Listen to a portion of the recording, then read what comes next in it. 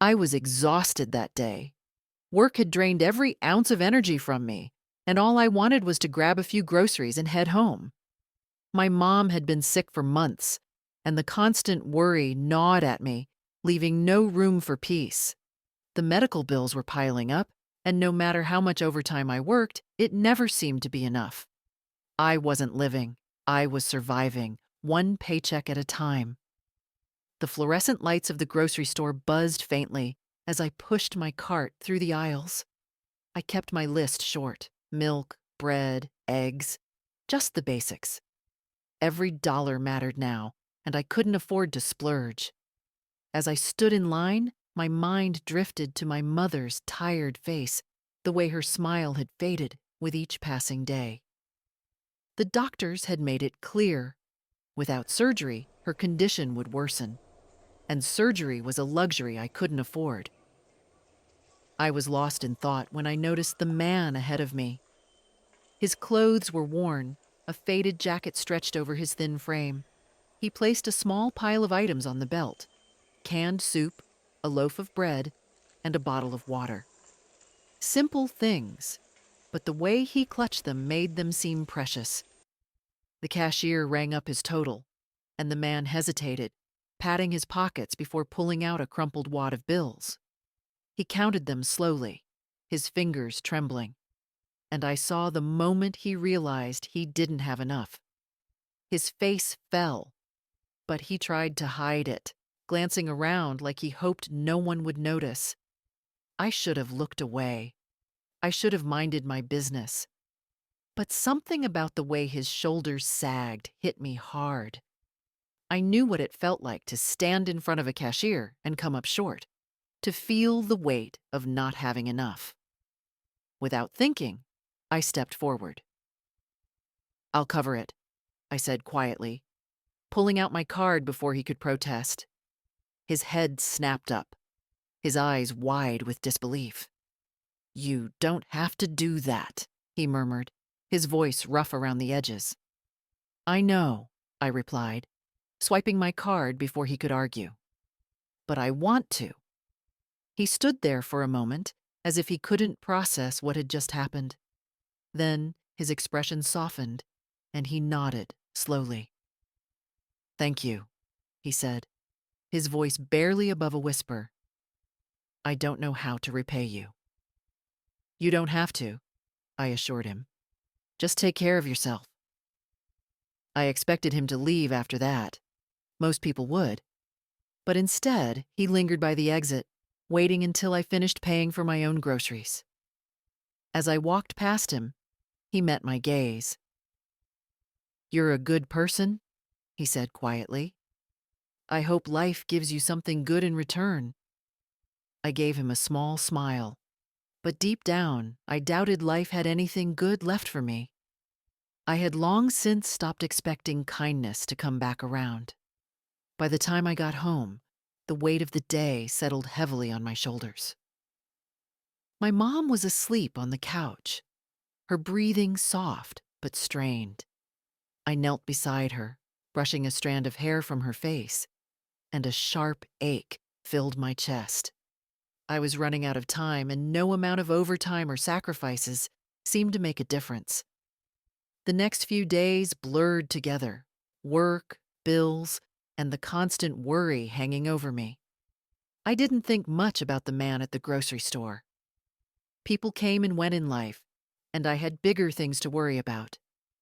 But everything changed a week later. I had just finished another grueling shift when my phone buzzed with a call from my mom's doctor.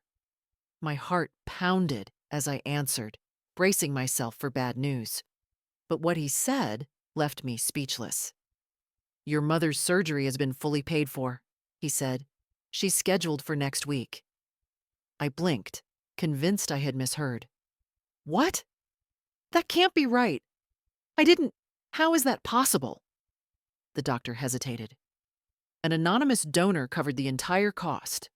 They requested to remain private, but they insisted your mother get the care she needs." I sat down hard, my legs trembling beneath me. It didn't make sense. People like us didn't get miracles. We fought for every inch, and even then, life rarely gave us a break. But someone, a stranger, had given us the one thing I had been chasing for months. Tears burned in my eyes as I tried to process it. My mother's life wasn't hanging by a thread anymore. She had a chance, a real chance. But the question burned in my mind. Who would do something like this? And why? I didn't realize the answer was closer than I thought. The days leading up to my mother's surgery felt like a dream, one I was terrified to wake up from. I kept expecting a call telling me there had been a mistake, that the funding had fallen through, or that this mysterious donor had changed their mind. But no such call came. Instead, I found myself sitting in a hospital waiting room a week later, gripping a styrofoam cup of cold coffee, my heart pounding in my chest.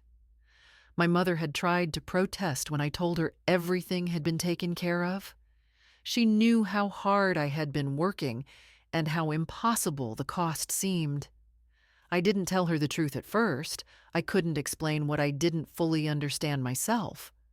I simply told her that someone had helped us, and for once, we didn't need to worry. Her tired eyes welled with tears as she hugged me, and I had to swallow the lump in my throat. I tried to focus on the present, but my thoughts kept drifting back to the grocery store and the stranger I had helped. It didn't make sense, but a part of me couldn't shake the feeling that he was somehow connected to all of this. Still, how could a man struggling to pay for canned soup afford tens of thousands of dollars in medical bills? The idea was ridiculous, wasn't it? I barely noticed when the surgeon walked into the waiting area. His voice was calm, steady, but the words he spoke shattered the tension that had gripped me for months. The surgery had gone well. My mother was stable. She was going to be okay. The relief that washed over me was overwhelming. My legs felt weak as I followed the nurse to my mother's recovery room. Seeing her lying there, peaceful and safe, made every sleepless night and every sacrifice worth it. I reached for her hand, squeezing it gently as tears slid silently down my face. For the first time in a long time, hope didn't feel like an illusion. Over the next few days, my mom's condition steadily improved. The doctors were optimistic, and though her recovery would take time, the worst was behind us. I tried to focus on being grateful, but the mystery of who had paid for the surgery gnawed at me. I asked the hospital staff, but they were bound by privacy laws. Whoever this person was, they wanted to remain anonymous. I couldn't let it go. I needed to know. Not because I felt indebted, I did, but because no one had ever shown us that kind of kindness before. And something deep inside told me this wasn't just a random act of charity. A week after my mom came home, I found myself back at the grocery store. It wasn't intentional. I had run out of milk and didn't have the energy to go anywhere else. But the moment I stepped through the sliding doors, I felt a strange sense of déjà vu.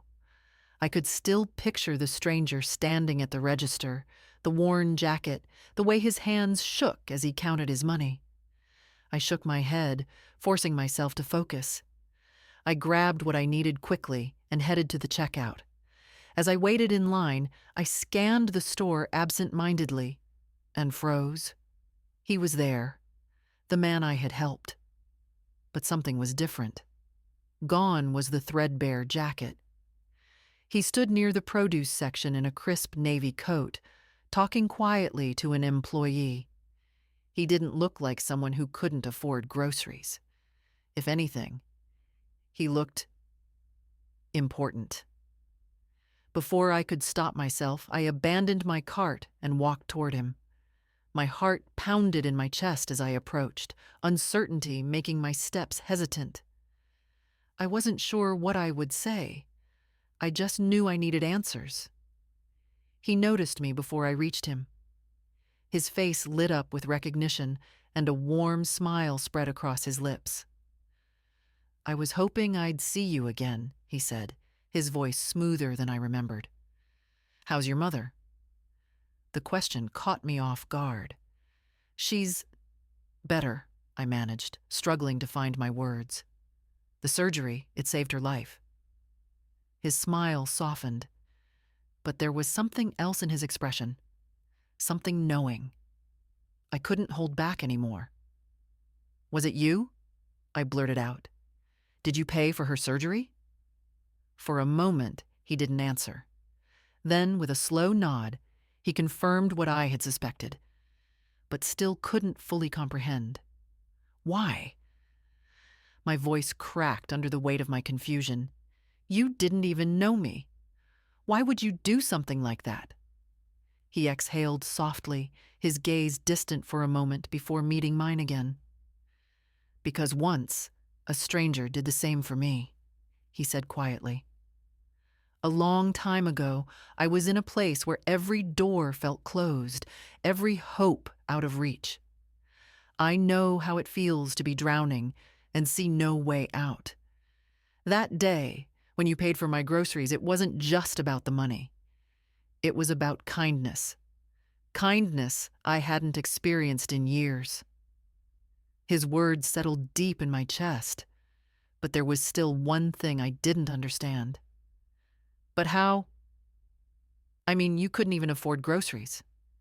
How did you—" A soft chuckle escaped his lips. "Appearances can be deceiving," he said. "I'm not who I seemed that day. The truth is I owned several, but I wasn't always successful. I grew up in foster care, barely scraping by.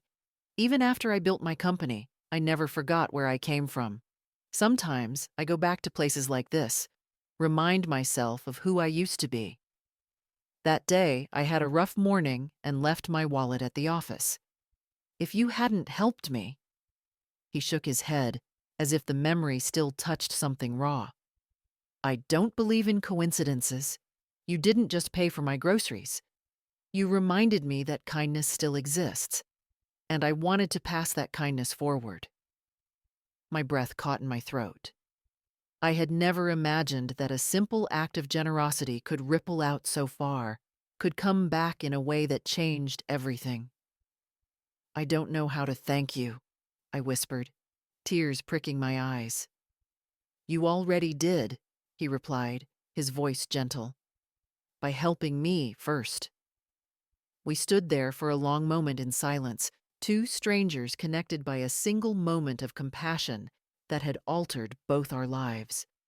And in that silence, I realized something profound. Sometimes, the smallest kindness can set off a chain reaction that changes the world in ways we never expect. And on the day I thought I had nothing left to give, I had unknowingly saved my mother's life. Life felt different after that day. The constant weight on my chest, the endless anxiety and exhaustion, didn't seem as heavy anymore. For the first time in months, I could breathe without feeling like the world was closing in around me. My mom was healing, and the surgery had given her a new chance at life. Knowing that someone had done something so selfless for us shifted something deep inside me. But even as I tried to settle back into a normal rhythm, my mind kept returning to the man from the grocery store. His words lingered, replaying in my head during quiet moments. I had thought kindness was something small, fleeting, a rare flicker of light in a world that often felt cold. But now I realized it could be a force that changed lives. I wanted to believe his act of generosity was a sign that things were finally turning around. But life doesn't stay simple for long.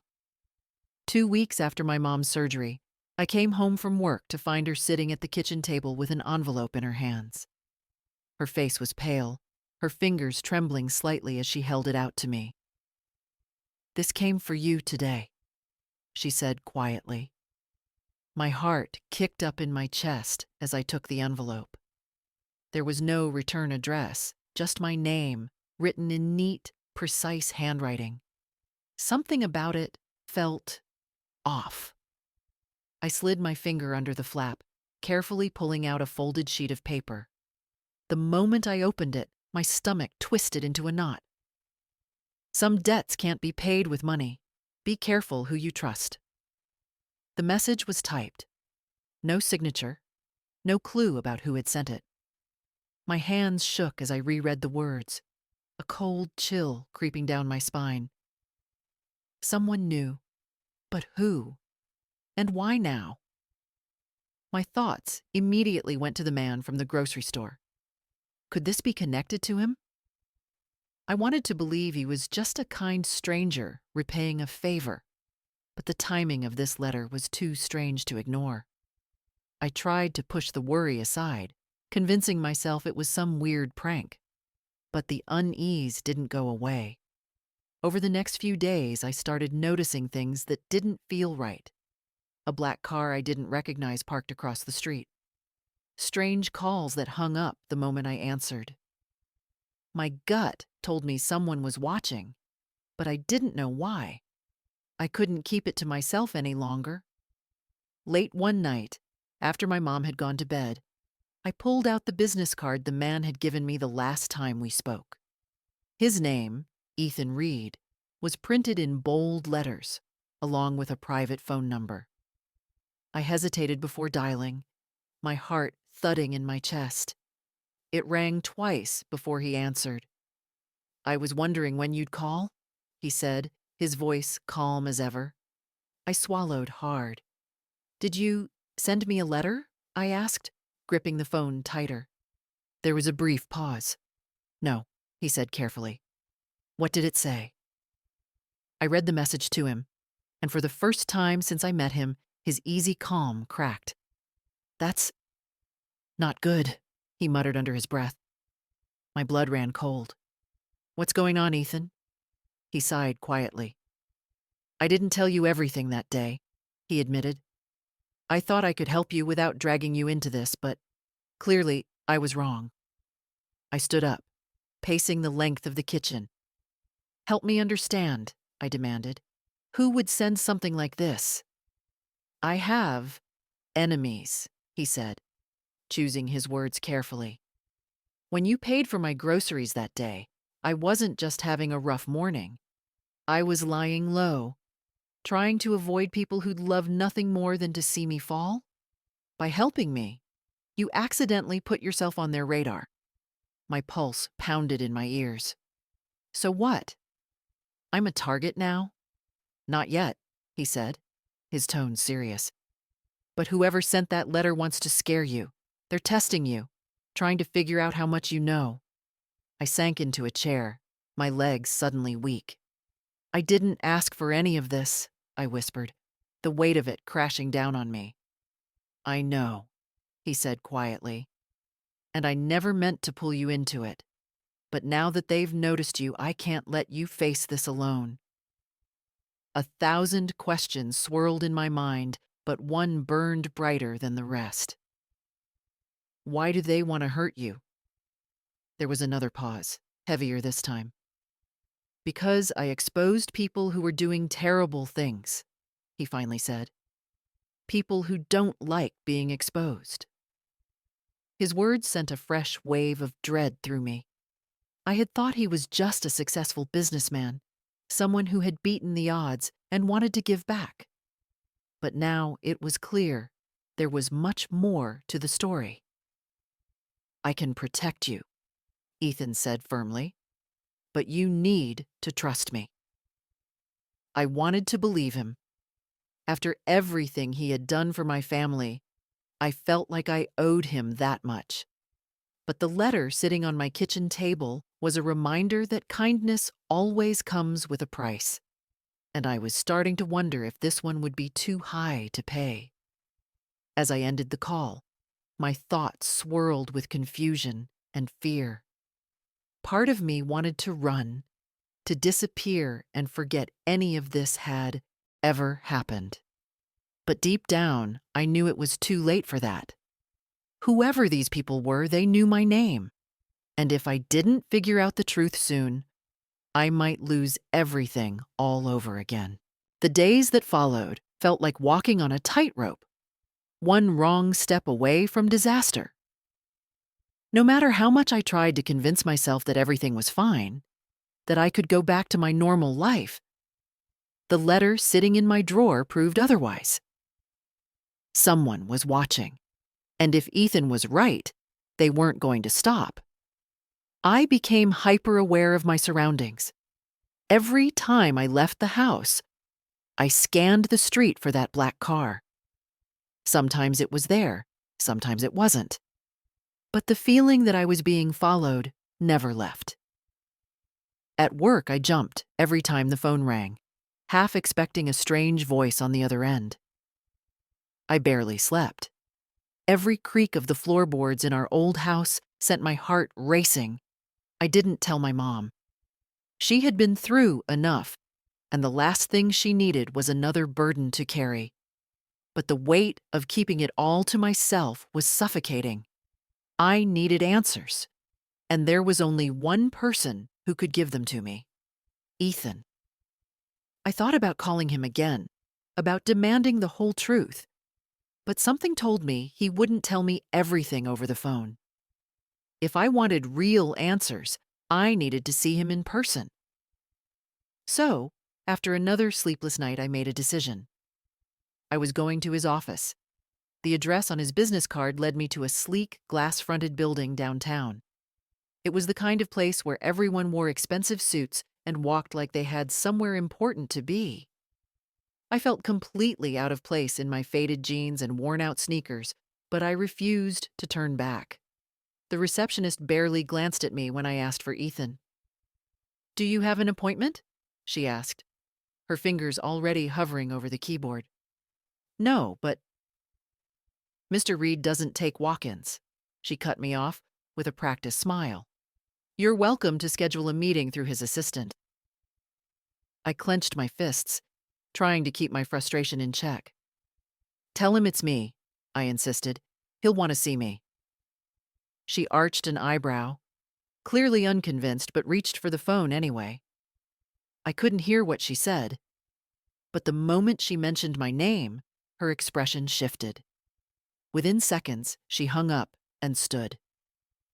"Follow me," she said, her tone much more respectful. I didn't have time to wonder why my name carried so much weight. I just wanted answers. Ethan's office was on the top floor, and the view alone took my breath away. Floor-to-ceiling windows overlooked the city skyline, the late afternoon sun casting golden light across polished wood and leather furniture. But I barely noticed any of it, because Ethan was already waiting. He stood behind a massive desk, his usual calm replaced by something sharper: concern, maybe even fear. "You shouldn't have come here," he said the moment the door shut behind me. I crossed my arms, refusing to back down. "I didn't have a choice." He sighed, running a hand through his dark hair before motioning toward the couch. "Sit. If we're going to do this, you need to know everything." I sat stiffly as he settled across from me, his expression serious. "You already know I'm not just some guy who got lucky in business," he began. "What I didn't tell you is that the people after me, they used to be my partners." His words sent a chill through me.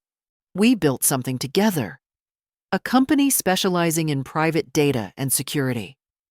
But over time, I realized they weren't just protecting people's information.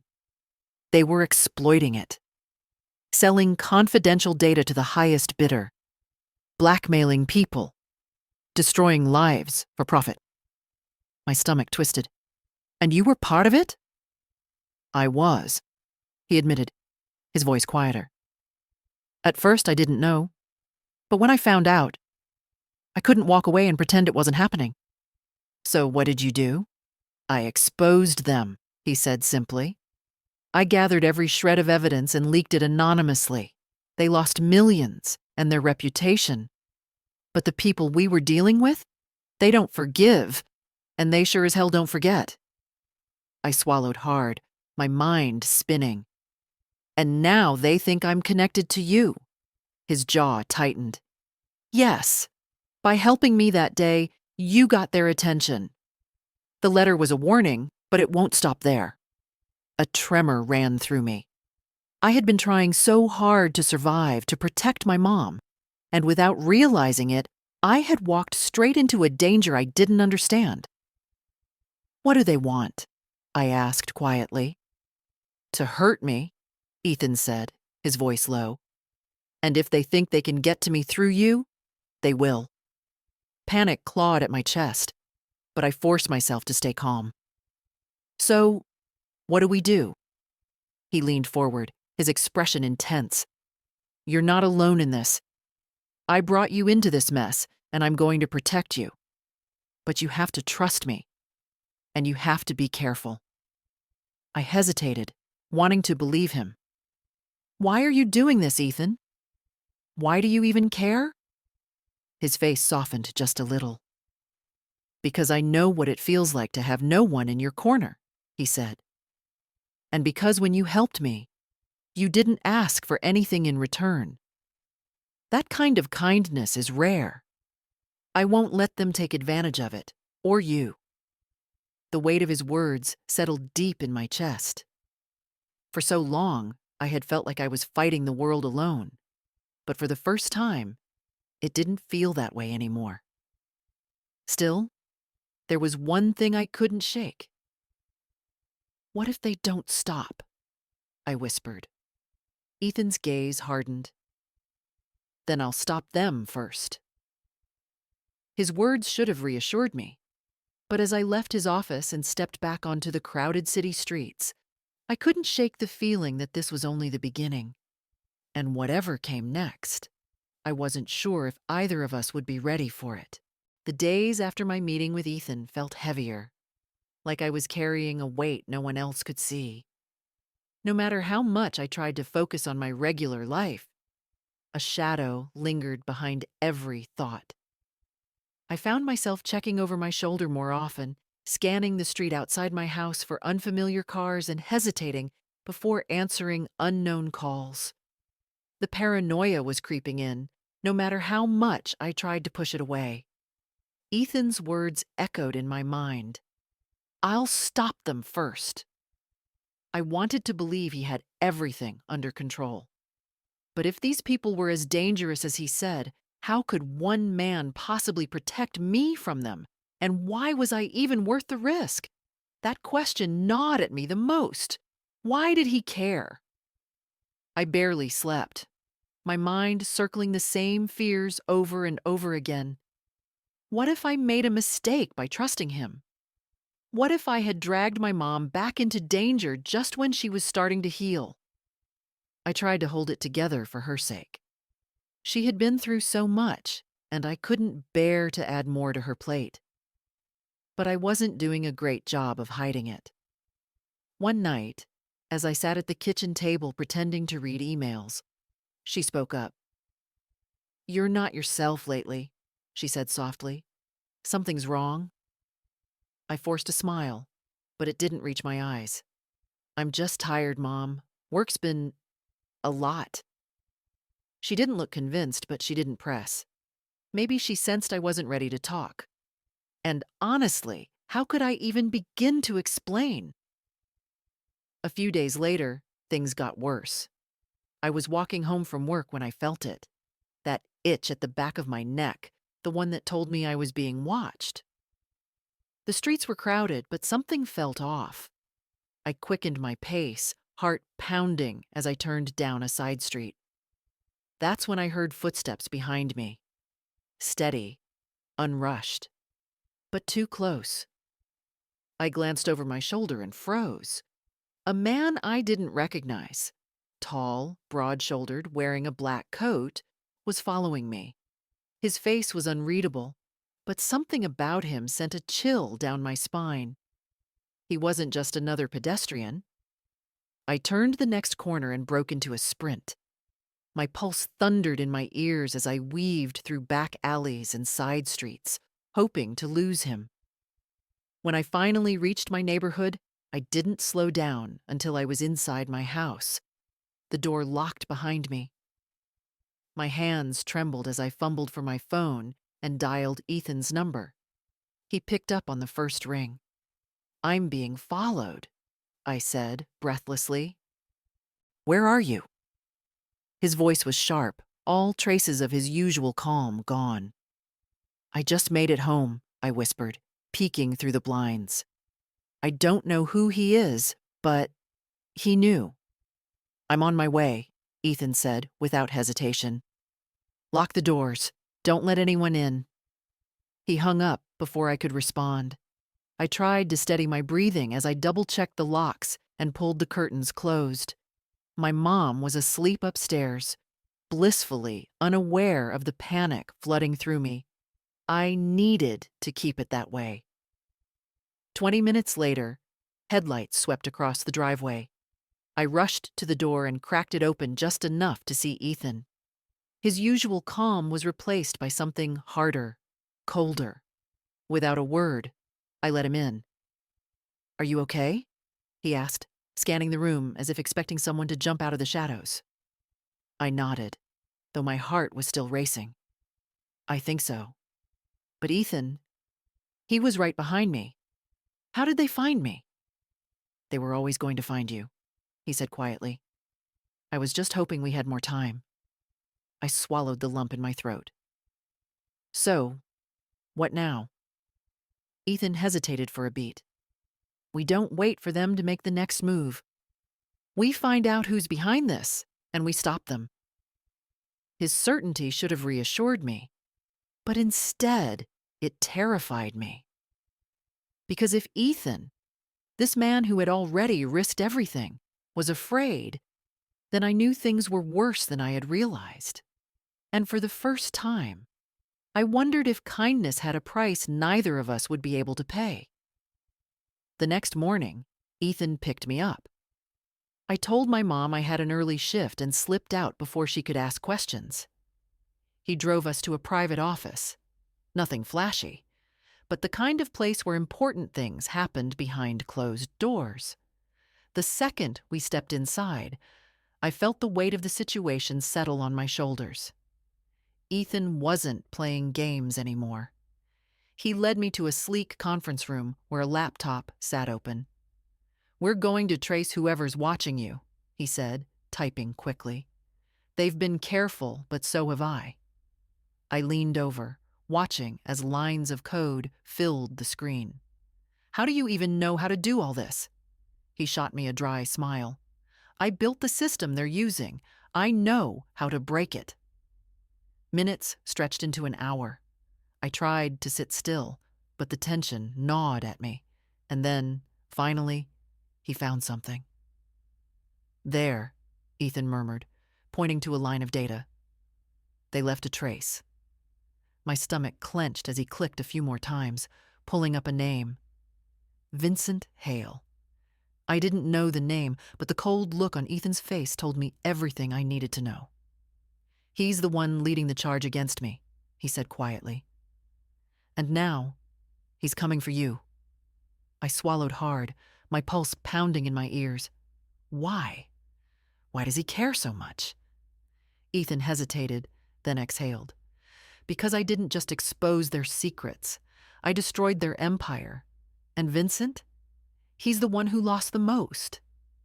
The air between us grew heavy with unspoken fears. But one thing was clear. This wasn't going to end on its own. If we wanted to survive, we'd have to fight back. And somehow, I knew this was only the beginning. The air in the small conference room felt heavy, thick with unspoken tension. Ethan's face was unreadable as he stared at the name on the screen, Vincent Hale. But the tightness in his jaw told me everything I needed to know. This wasn't just some faceless threat. This was personal. I leaned back in the chair, trying to process everything. "So, what happens now?"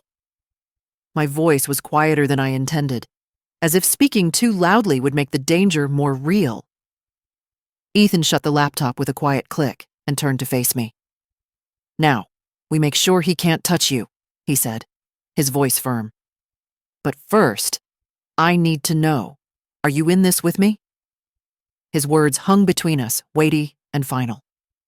I had every reason to walk away, to pretend none of this had ever happened. But deep down, I knew I couldn't. Ethan hadn't abandoned me when he easily could have, and now it was my turn to stand by him. I'm in, I said without hesitation. Whatever it takes. For the first time that night, his expression softened. Good, he said quietly. Because I'm not letting him hurt you. Ethan's confidence should have reassured me. But I knew Vincent Hale wasn't going to back down without a fight. And the scariest part? I didn't know how far he'd go. The next few days were a blur of planning. Ethan worked tirelessly, tracking Vincent's movements and digging through his old contacts for any weakness we could use against him. I stayed home as much as possible, doing my best to keep my mom from noticing how tense I had become. I couldn't tell her the truth, not when it could put her in even more danger. But no matter how careful we were, I couldn't shake the feeling that we were running out of time. And then, everything came crashing down. It started with a phone call. I was making dinner when my phone buzzed on the counter. I didn't recognize the number, but something deep in my gut told me to answer. Hello? I said cautiously. A cold, unfamiliar voice greeted me. You should have stayed out of it. I froze, the blood draining from my face. Who is this? You know exactly who I am. The voice was calm, too calm. And if you think Ethan Reed can protect you, you're wrong. I always win in the end. Vincent Hale. My heart pounded in my chest, but I forced myself to stay composed. Leave me alone, I snapped, hoping I sounded braver than I felt. His low chuckle sent a chill through me. You're already involved, sweetheart. And trust me, you don't want to see what happens next.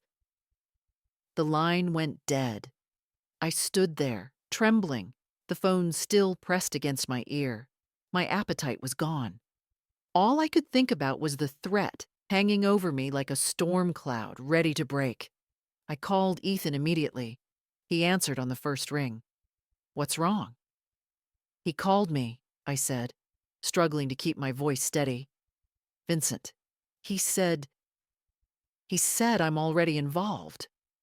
Ethan swore under his breath. I'm coming over. Don't open the door for anyone else. 15 minutes later, he arrived. I let him in, and he immediately started scanning the room, as if expecting an ambush. When he was satisfied, he turned to me, his face grim. He's getting bolder, Ethan said quietly, which means he's planning something. I swallowed hard. What do we do? We end this, he said simply. Tonight. Ethan's plan was risky, but it was the only shot we had. If we couldn't make Vincent back down, we needed to gather enough evidence to destroy whatever power he had left. And to do that, we had to go straight to the source. His private office. We drove across the city under the cover of darkness, the tension in the car thick enough to cut. Ethan barely spoke, his focus locked on the road ahead. You don't have to do this, he said quietly, as we pulled up outside a sleek, glass-walled building. I can handle it. I shook my head. I'm not sitting on the sidelines while you risk everything. I'm in this, remember? He gave me a small, almost proud smile. All right. Let's finish it. The building was mostly empty, but Ethan knew how to get past the security system. He had built the original, after all. We slipped inside unnoticed, moving quickly toward Vincent's office on the top floor. My heart pounded louder with every step. If we were caught, there was no backup plan. This was it. Inside his office, Ethan wasted no time hacking into Vincent's system. Files flashed across the screen. Names, bank accounts, incriminating evidence on some of the most powerful people in the city. This is it, Ethan murmured. Proof of everything he's done. I let out a shaky breath, relief washing over me. We can take this to the authorities. He can't touch us after this. Ethan nodded, copying the files onto a drive. It's over. But as soon as he said the words, the door swung open. Vincent Hale stood in the doorway. For a heartbeat, no one moved. Well, Vincent said, his voice cold and smooth. I expected you to come eventually, Ethan, but I didn't think you'd bring a friend. I could feel my pulse hammering in my ears, but Ethan stepped protectively in front of me. This ends tonight, Vincent, Ethan said quietly. We have everything we need to bury you. Vincent's expression never wavered. You think a few documents will stop me? His smile was chilling. I have friends in high places. No one will believe you. Maybe, Ethan said. But this evidence? It's already been sent to every major news outlet and law enforcement agency in the city. For the first time, Vincent's calm slipped, his jaw clenched as his gaze darted to the screen. You're lying, he hissed. Ethan smiled coldly. Am I? For a long moment, Vincent just stood there, fury radiating off him in waves. But he knew. It was over. If he touched us now, the whole world would know exactly who he was. Without another word, he turned and walked out. I let out a breath I hadn't realized I was holding, my entire body shaking with adrenaline. We did it, I whispered. Ethan turned to me, his face softening. You were incredible. And in that moment, I realized something. I wasn't the same scared girl I had been when this started. I had faced down one of the most dangerous men in the city and survived. And I wasn't alone. Ethan reached for my hand, his warmth chasing away the last of my fear. It's over, he said softly. You're safe now. And for the first time in weeks, I believed him.